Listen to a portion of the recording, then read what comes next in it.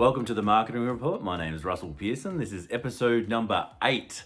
The Marketing Report is the show for passionate yet frustrated business owners that want a competitive edge. And today's no different, other than to say that if you are on the audio version, if you're on the podcast version of this show, then you might want to know that there is a video version of the Marketing Report now, which you'll be able to find on YouTube. And though for those of you who have already watching the video version, then it might be nice to have just heard that there is a podcast version, which you can find on wherever good podcasts are distributed. So today I want to talk about sales and I want to talk about startups. And when I say startups, if you've been a business owner for a long time, this is still going to be relevant to you if you're moving into a new space, if you've got a new offer that you want to put out there, or if you're creating a new business.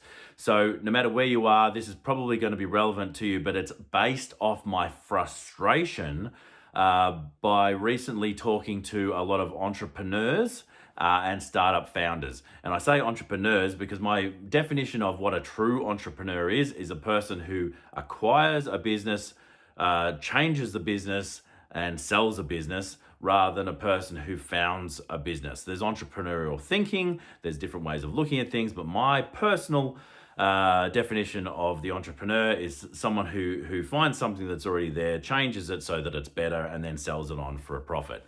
So again, just my opinion. So I don't see a person who's starting up for the first time a new business as an entrepreneur. They are certainly a startup. And so there's this entrepreneurial culture around failing fast, which I do like, because I think that you need to test and measure things quickly and decide what's working or not. But what I'm finding is that rather than people failing fast within the same offer, what they're doing is they're failing quickly once within the product they're trying to create, and then they're scrapping it and moving on to a completely new product. And the reason is, and this is the problem for a whole bunch of people in manufacturing and other business areas, is that they focus on creation of a product without knowing whether this thing is going to sell. They are not creating an offer for people to put down their hard-earned cash before creating the product. And in some cases, they're spending hundreds of thousands of dollars to do that development off very thin market research. Now, I say thin market research because even if we have deep market research as far as like a lot of information, we do not know for sure if people are going to put down their hard-earned cash and actually buy what we've got. So what can we do here? Because the reality is the difference between creating a product and then working out how to sell it, which is something that I've been asked to do for a couple of decades now, and something that I've been able to do relatively successfully. But the difference between doing that and actually creating an offer and making that offer quickly and changing it up and adapting it until you get a market that's saying, yes, I will put my money down, is a massive difference in the amount of energy, time, and resources that you spend up front before actually getting to a viable product. Now, when I started my business, I was working as a graphic designer in the marketing space and branding space. My training was in graphic design, and I'd done a lot of documentation.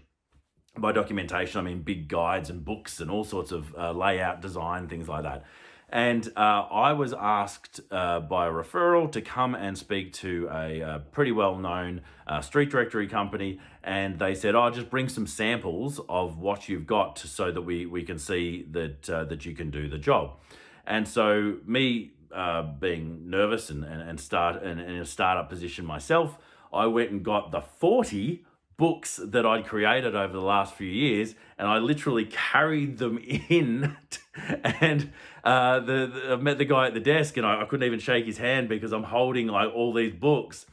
And he goes, "What are these?" I said, "They're my examples." And I sort of just dumped them down, and the thud on the desk was enough for me to get the job, because it was like evidence. Bang, this is what I could do.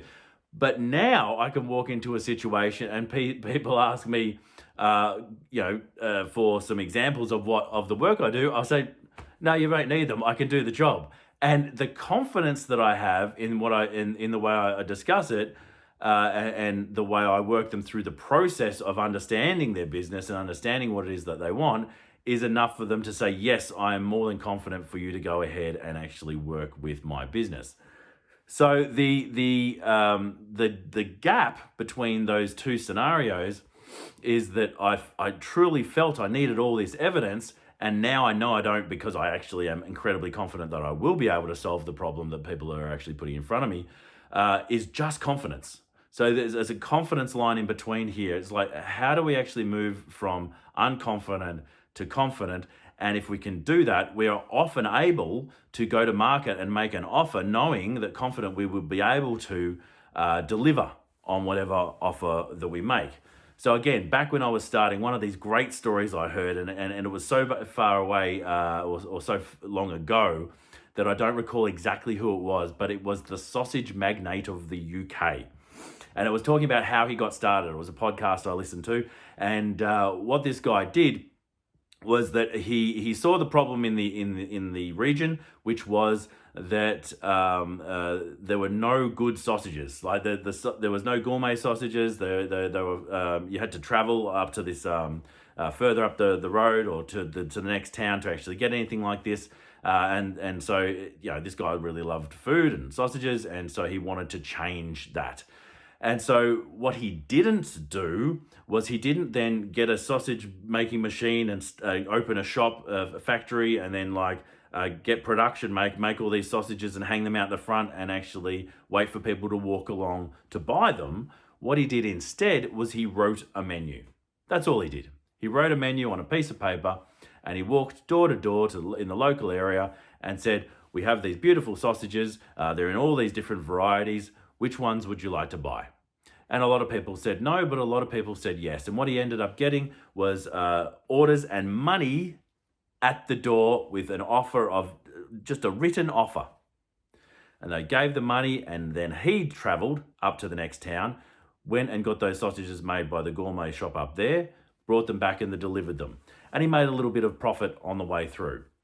And so he's now got a captured market. He's now got these buyers. He knows who's interested. He knows what they like. He then goes back to them. He refines his menu. He understands that there's only 3 of the 6 or 7 different varieties that are selling a lot. And so he then goes and gets that done in bulk. And then he's able to actually sell them physically door to door. And then from there, he takes the profit that he's earned. He does open a little shop at this point because he knows that he's got buyers in the area, and he continues to grow. And he grows into one shop with one machine, and then bigger and bigger. He takes over to a national business, and then he goes global with it. But the idea is that he had the confidence to be able to just start with an offer and see if people wanted what he was offering. And so it's become incredibly frustrating for me to go and speak to these startup and founding communities where I talk to them and say, "What's your biggest problem?" And they say, "Look, I've got this great product, but I'm having trouble connecting with the right market, or I'm having trouble selling it." And so they've got the whole thing backwards. They've spent not just months, but in some cases years, developing a product that answers a problem that does exist, but not in a way that people were willing to pay to have it solved in that way for them. So what would have been better would be if you identify there's a problem, you get in touch with that market, and you engage that market in a way that where you say, "If I offer you this, and this needs to be potentially something someone else can make, or it potentially can be something that you can get as an affiliate, or it can potentially something that's more of an information product, or something that's a process or a service that you can do that means you don't have massive investment up front, but it answers the first part of the problem you're trying to solve." And they'll say yes to that. And then what you do is you invest in the market once it's captured in what else can we sell to them? What products do they want after that? Because we want to sell on wants, not needs. And everyone's running off the back of this myth that happened in the 90s in particular, and everyone looks at this case study as if it's gospel, when in actual fact, in hindsight is 2020, although I think it's more like 40-40. People had come up with more reasons why something worked, and where it wasn't necessarily the case, they come up with their own versions. But the case study I'm talking about is Steve Jobs' fabled return to Apple. Now, don't forget, Steve Jobs was fired from Apple, and it wasn't just fired because he was hard to work with. It was fired because there was a whole bunch of failures that he made because his idea was that the market doesn't know what it wants. I know what it wants. And that's I know what it wants. And I'm paraphrasing there, but in essence, that was the mindset of Steve Jobs, which was, I know what the market needs, and so I'm going to give it what it needs. And so he had failure after failure. He had a couple of successes, and then there was failure. And then he succeeded massively with this in the 90s when he actually delivered the iPod. 1,000 songs in your pocket. Now, everybody reviews that case study with their own rose-colored glasses on, and no one includes luck in that, and no one includes timing in that, and no one includes his entire team in that. But who knows? Yeah, we don't want to get the truth in the way of a good story. But the reality is, had he had the ear and attention of a market and not asked them what they wanted, but created offers that were easy for him to execute on quickly and have people put money down early, then the evolution of Apple could have actually been a lot faster than it was. I mean, it's a magnificent success story, don't get me wrong, but it is not because Steve Jobs gave the world what it wanted, what it needed rather than what it wanted. It was purely timing and luck. And again, that's just my point of view. But there's a couple of things that come off the back of this, especially for the startup market and especially for the manufacturing market or the software market, where people are spending months and hundreds of thousands of dollars developing a product without actually knowing if it's something that's going to sell. You can make an offer first. Identify a problem, create an offer, and have that, see if people will pay for it. Now, it could be, like if I'm just going to come up with some scenarios, it could be an ebook that addresses that problem, mentally. Okay, so this is how we address it. Now, if enough people buy it, you know that there's a market around that problem. People are willing to pay to solve it. It could be there is another a solution for the product, but it's not in their area, just like the sausage magnate. And so you can come and create an offer specifically for your area, and then go back to the original source, get their solution, bring it to your market, and then use the profits to invest in your own version of that same solution. You don't have to always create a product first and then try and deliver it. And at the end of the day, it's about the confidence of selling the product. And that's what comes and trips up most, I think, startup founders in the opening stages of their business, is they don't have the confidence around what it is that they're creating to be able to sell it into the market, because they're so reliant on the problem that they're solving, and they're confident that this can solve the problem. But what they're not confident is can this solve the problem for you? They're focusing on the product and the solution rather than focusing on the end user and the outcome that they are willing to pay for. And that always comes back to what they want rather than what they need. So it is very frustrating for me to see all these young startup founders failing, not because they don't have a good idea. They've got great ideas, but failing because they put all their energy into the start of building a solution before seeing if there's a market that's willing to pay for it.